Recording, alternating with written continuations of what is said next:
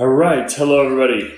Sorry, we had some technical difficulties. Bracha, our basically social media wizard, is not here. It's not here. She had to leave. Yeah, I so. think it was the shirts were too bright. Yeah. She was she was not happy with our wardrobe choices this morning. Yeah, she's like, I can't be around for this. But here we are, and we'll go live. Yeah. We'll do this. We do this all the time. We know what we're doing from here now that we got it going. So welcome everybody to this week's edition of Parsha Wine Pairing without Bracha, but with David and Isaac. And Isaac, let's just jump right into it because it's busy times. Yes. What's this week's Parsha? Tavo. Yes. Tavo. Let's welcome Eli Shiran. If that's So I'll tell you, this is actually one of my favorite words in the whole Torah is in this Parsha. Which is? Tena. It's Tena? a basket. So this the mitzvah in the first Aliyah in this week's Parsha talks about bikurim. Mm-hmm. And you like bikurim? You like I don't know. baskets? I just like the word tena. Right? There's a whole declaration the person has to say when they come to the Kohen. Is it a tenna or antenna? Maybe it's an antenna. I don't know. All right. There's your fun for the day, right? All right. Ellie, I hope all those likes were from Ellie. I think it's a shirt. Oh yeah, maybe. We're going to be drinking red wine, yes. So this works perfectly. Especially if we spill. This way we can still go through the rest of our day without having to worry about it. Nobody will ever know. And nobody would even care so, if we did. All right. You're right. Even if people knew. So this week's Parsha is Tavo. Let's see what Ellie's saying. Turn the camera. Turn the camera. Okay, so let's just turn the camera. I don't know what we have to do here. No. I think we have here. Give it to me for a second. Let's do it this way. Let's just go pretty live like this. Is this better, Ellie? There you go. Ellie's is better. Hopefully he'll confirm or deny. But maybe someone else could tell us. This in the is a real office. technical difficulty. now I have to hold it. This is a handheld Parsha wine pairing. All right, and by the way, I'm happy to give some hand holding if you need some advice and recommendations for wine. Yes. So as my. That's what I basically do all day. As is Isaac. Exactly. All right, so Tavo, we established that. We got a tenna for the bikurim. And what else we got in this week's Parsha? Some rebuking. Yeah, we got awesome.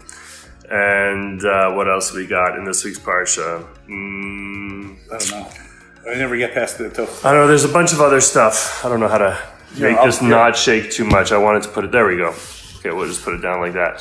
So this week's Parsha also talks about and now is this blocking you here, is also talking about how God chooses us as a people, and in turn we say to God, we choose you too. Not much of a choice there, but we nevertheless go with that. So it's a lot of choosing. And what do you think would pair well with that? We decided on the chosen barrel. Right there, chosen barrel. Backwards. And if you can't read that backwards, then I just spelled it out for you there. I actually thought, because I didn't know in advance, I thought that it was because that you choose the first fruits, what first fruits to bring. So I thought that's why we were doing the chosen barrel today, because there's that connection with the agriculture. Nice, good, rich fruit. This is one of our private collection wines. This is produced in Israel in the Judean hills. And you want to take a turn? Yeah, sure.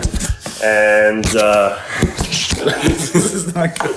This week we could probably turn that. Let me see. Or we could do that. Look at this. But hopefully that won't fall down now. That's much better. Let's go very slow here. We're finding our groove here. This has got to be one of the most unprofessional video shoots of the history, and we're not professional by any means. Exactly. Except for when Bracha's here. Exactly. So basically, in case you haven't been following, the connection is the chosen. We choose God. God chooses us. Chosen barrel. And we're talking about this wine coming from Israel, from the Judean hills. This is a Malbec. This is a Malbec. Comes in two others, right? There's two other. We have a Syrah and we have a Cab. Cab, right. Exactly. And there's not a fourth one, is there? Do you want me to come?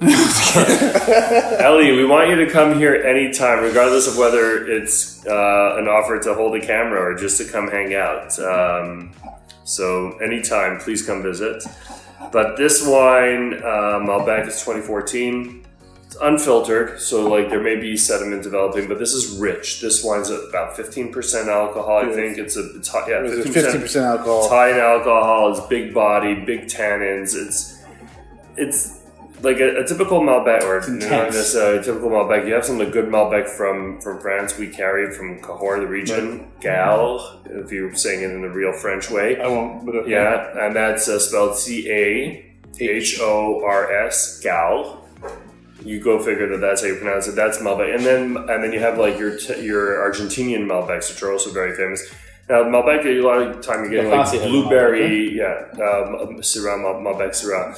You get like inky blueberry. It's kind of a distinct wine.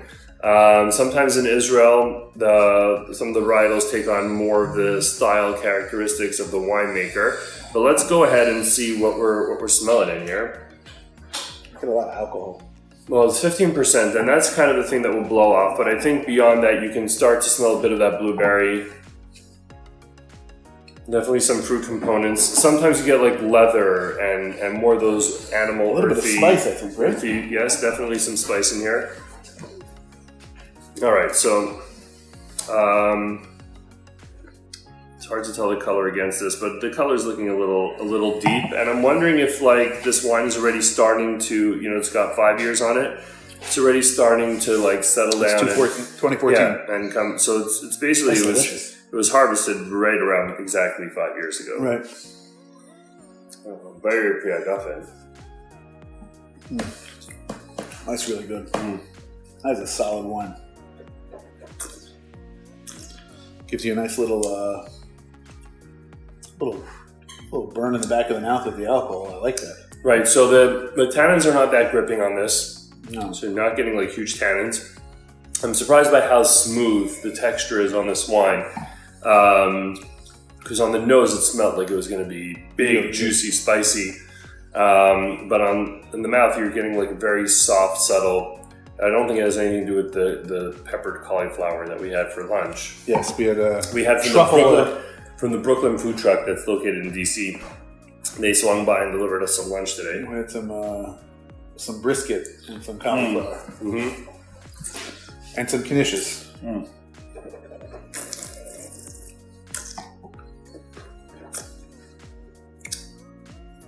I'm not getting the gamey, earthy tones on that. I don't get a lot of fruit on the tongue. But So much fruit I'm getting. Yeah? Fruit, yeah.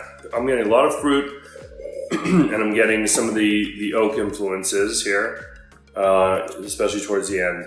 So, yeah, I mean, it's very representative of a good, rich Israeli red wine. It's delicious. And I'm not trying to make a blanket statement here, but like a lot of people, then when they say, "Oh, I only love Cab," if they drank this, they'd be like, "Yeah, I like this too," because this is a really good wine. So very, very. When we tasted this back while it was in the barrel, obviously it tasted very different. How does it change? Let me ask you a question. How does it change? It softens up, and some of the flavors like develop in there, and like you start to peel away. So like in the beginning, it's like much more closed and a lot more intense. So when it's hard to really know what it's going to be like. I mean, there's a few people in the world who are probably much better or really good at that. I'm not one of those few people. When you tasted this in the bottle in the barrel, what was it? It was like 3 years ago. No, it's in 2014. In 2015. 2015. So it's 4 years ago that you. It's like 4 years ago, yeah. That you tasted it from the barrel because it had aged already. Was it aged for 20 months? This is 20 months in French oak. Yeah.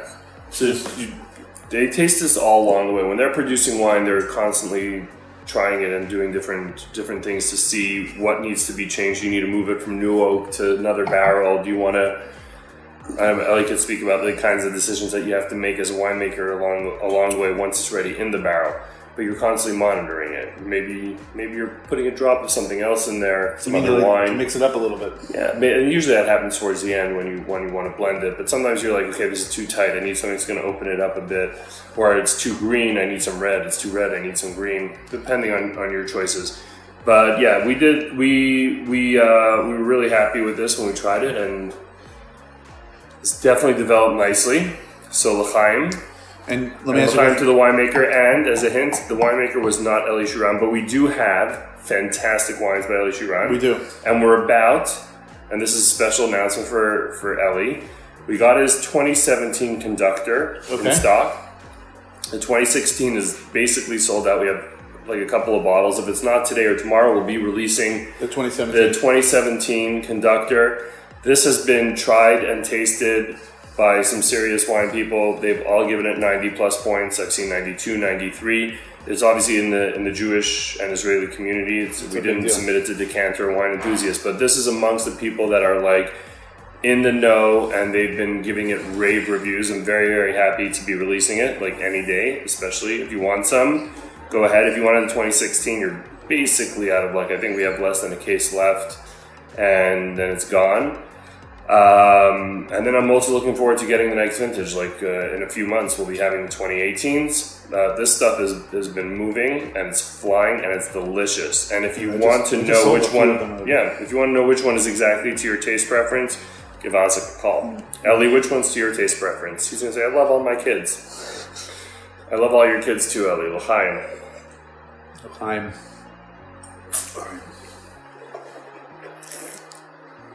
All right, so this is. I'm getting a little bit more of that, like. What are we getting next week? The one before Rosh Hashanah. Next week, and these selections were made a while ago, so I don't even know. I think there's still a few bottles of this left in stock. May not be, and I think you can do this with any Covenant for next week. But next week we'll be drinking the Covenant Red Sea Rosé. This is the 2018. Are we getting to the end of rosé season? Yeah, I mean, a lot of rosés are sold out. Rosés you can drink definitely throughout the season, and some will say till the end of the year, some will say into next year. It really depends who you ask. And when do the new vintages start coming? The new vintages typically start hitting the market around February, the earliest, the first ones. If you are a winemaker, wine producer, wine consultant, there's like a 99% chance that you'll say you can drink my rosé for way more than a year. I'm not saying you can't drink. I'm just I'm saying like in terms of the quality. And if you are a wine critic, the odds are you're going to say 99% chance you're going to say, oh, don't drink a rosé more than a year past the vintage. So in other words, 2018, you want to be drinking this sometime in 2019, not beyond. Not beyond. But there's a lot of debate there, and I would say there's more wine makers and consultants than there are critics. Right. I would say that if I was advising somebody, I would say if you enjoy it, drink it. That's exactly That's it. my feeling. Yeah, and also different rosés are made slightly differently. Some are made to like have more staying power, the more to stand up to food. Some of them are made very delicately and very like with a lot of finesse, and like yes, if you wait too long, you'll kind of lose like that pop and that acid and the like all that good stuff that you want bottled up in there. I don't know. It's really a matter of preference. I've gone back and tasted some really old rosés that just lying around because you don't sell them. They're interesting, and they're not like going to give you the same kind of experiences when you first had them. Right. But there are things that happen there. They develop. It's a wine, so it's pretty cool. And like Ellie says, it depends on the rosé. So very, very true. So this is the wine we'll be drinking next week. And the Malbec is the one that we're trying this week. There's been a lot of sampling going on this week, so I'm very, very tired of drinking wine. Really?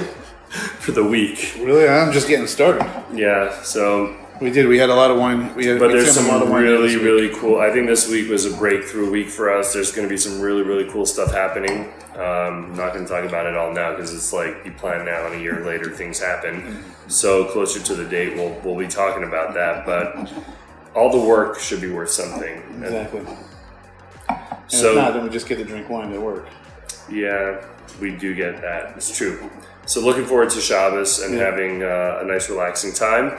Hope everybody's been ordering their stuff. The mixed cases, they're still going on. We've been releasing like some new stuff. Yeah, we have some really good mixed case deals out there. We have some really great deals for everyone for anyone who wants to get wine. If you want to order, you better hurry because shipping deadlines are already in effect if you're depending where you are. If you're in California, you're probably going to want to give us a call because you need your orders shipped today. Yeah, maybe tomorrow. It's we do actually have wine. We have a California warehouse, but it might not be what you're looking for exactly. But there's like 100 wines there as opposed to like 1,000 that we have in our main warehouse. We can get you wine out to you in California. You're just going to have to call to let us know which wines we can do. All right. So, perfect. Be in touch. Next week, we'll be here again. It's going to be the last week before the new year. Correct. So, live from Kosherwine.com is Devin and Nazik wishing you a good Shabbos in our pink, red, twinning. Burgundy,